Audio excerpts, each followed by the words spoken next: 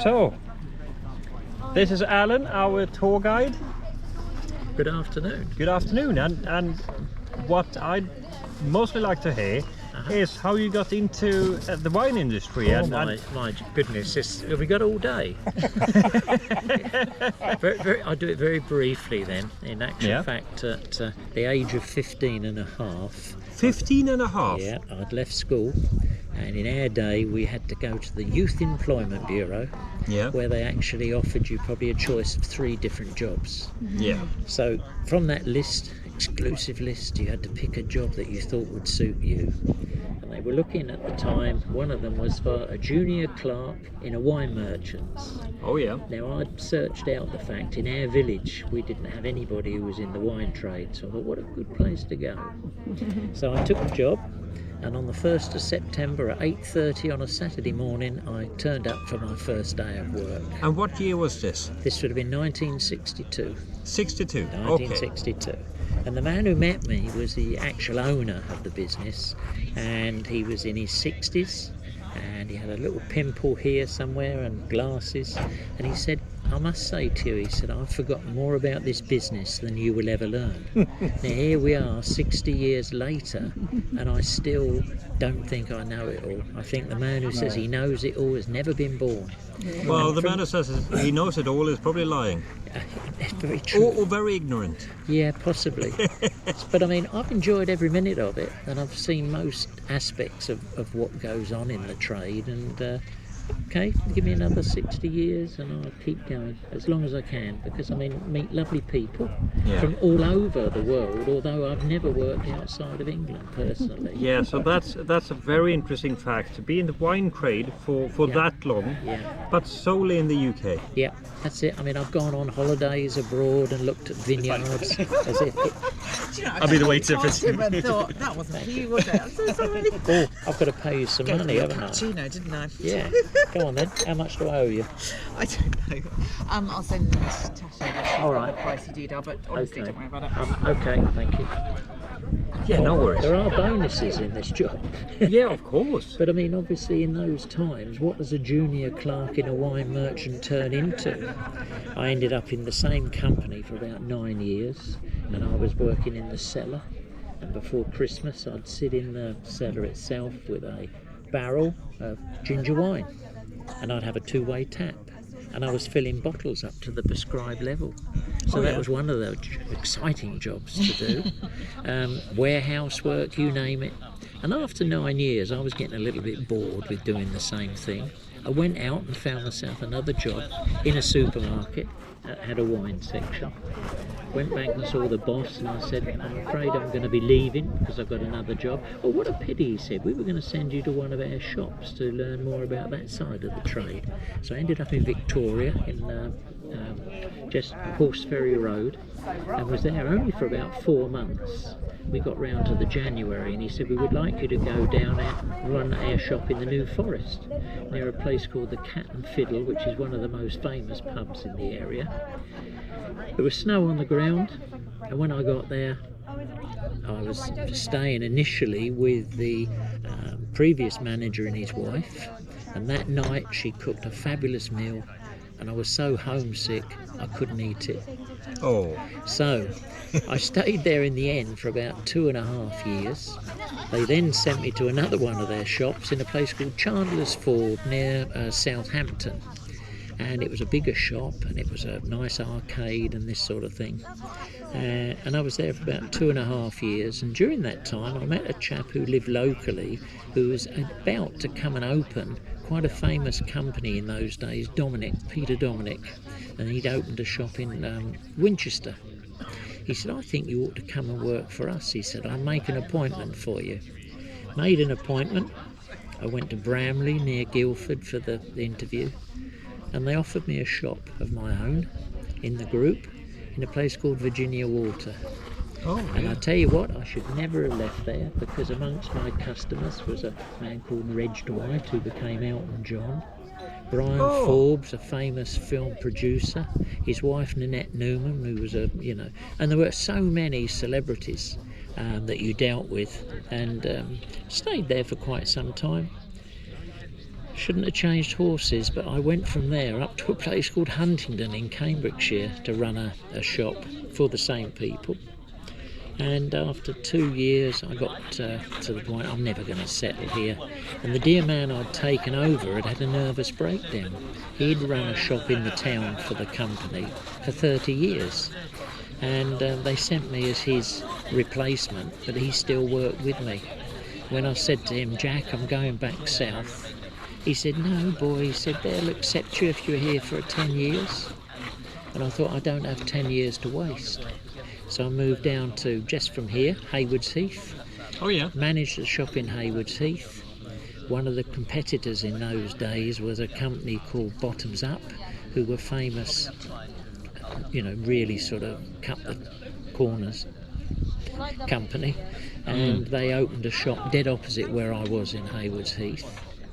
And chap came to see me, he said, would you like to go and meet Dennis Rudkin? I said, well, I know Dennis Rudkin. He was the man who got me into Dominic's. And he was now the chairman of Bottoms Up. So went and saw him. They collected my keys at 1 o'clock on the day appointed. And by 2 o'clock in the afternoon, I was working on the other side of the road, working in a shop, getting it ready for the opening. Probably giving you too much stuff here, and people would be half asleep by now, unless you get. No, I find it interesting, and Yeah. I think that's worth it. Yeah. So anyway, I was with Bottoms Up for a little while. I had a period of time down in Hove, in Port Slade. Yeah. And then I went back to Haywards Heath, and when I was there, I took on a lad to work for me, just left school, pimply skinned and sort of not able to drive, no girlfriends, wanted all these sort of things. Gradually we got through all those things with him, so he passed his driving test, he got himself a girlfriend. And obviously the next thing is a motor car, isn't it? So he had a motor car, and he and his friends were going to Brands Hatch for a test day. He'd become my assistant manager probably a couple of weeks before, and sadly by 1 o'clock the following morning he had got killed in a car crash. Oh. And not only him, one of his friends as well. And from that day on I thought, I'm never going to train another member of staff, because to me he was like a son.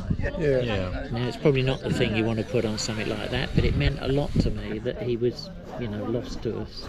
Yeah. And after that there were so many times when people kept saying, oh, how did he die, and all these things, and that's not me. You keep that sort of thing to yourself. Yeah, So we ended up raising enough money for a guide dog and 3 puppies, which is my tribute really, and that was raised through the shop. I then decided to leave, and I then ran my own shop with my wife for 17 years, and in the end there it was quite an amazing time, good fun, lots of weird and wonderful things happened. And then having finished that, we decided that the time was right to sell the business.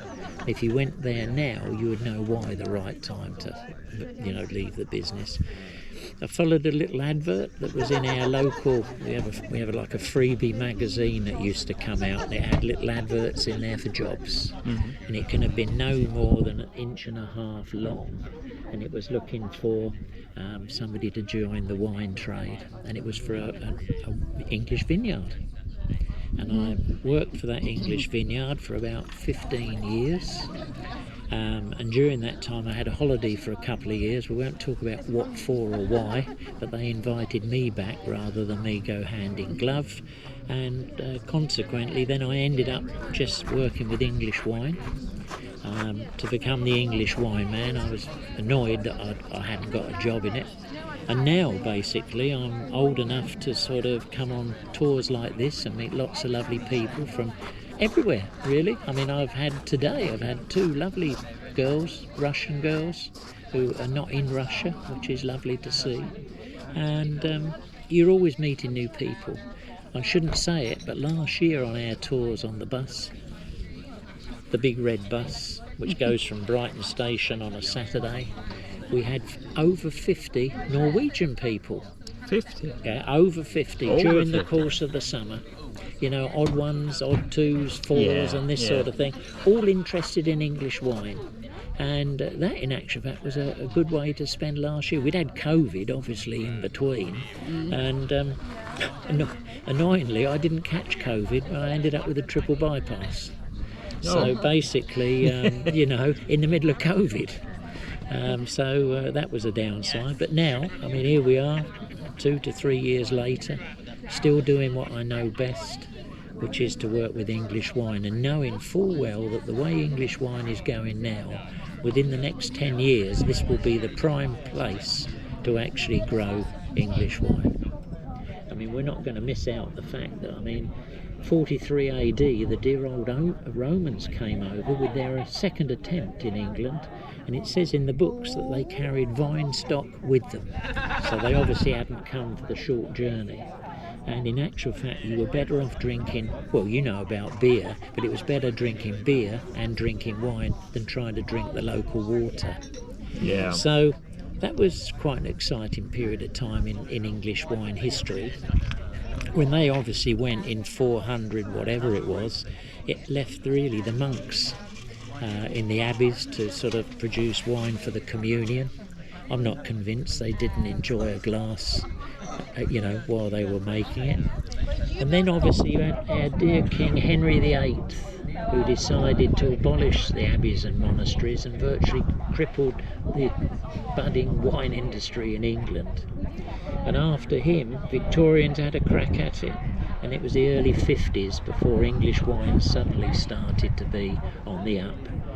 Fabulous man called Sir Guy Salisbury Jones, and he had land at Hambledon in Hampshire. It was about 4 acres, south facing on chalk, so he really was the first proper pioneer of the new wine industry in England. And since him, England's, you know, sort of improved in lots of ways. In Sussex, where we are today, there are now over 60, 70 English vineyards. The vineyard we went to today at Court Garden, which I think you all enjoyed, they in actual fact are one of 7 vineyards in that particular village. So Yes. we're almost turning And I up. can confirm we did enjoy it.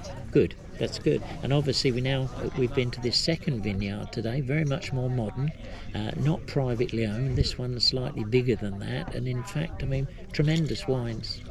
And we would have had a lovely tour here, given the fact of time to allow us to do it.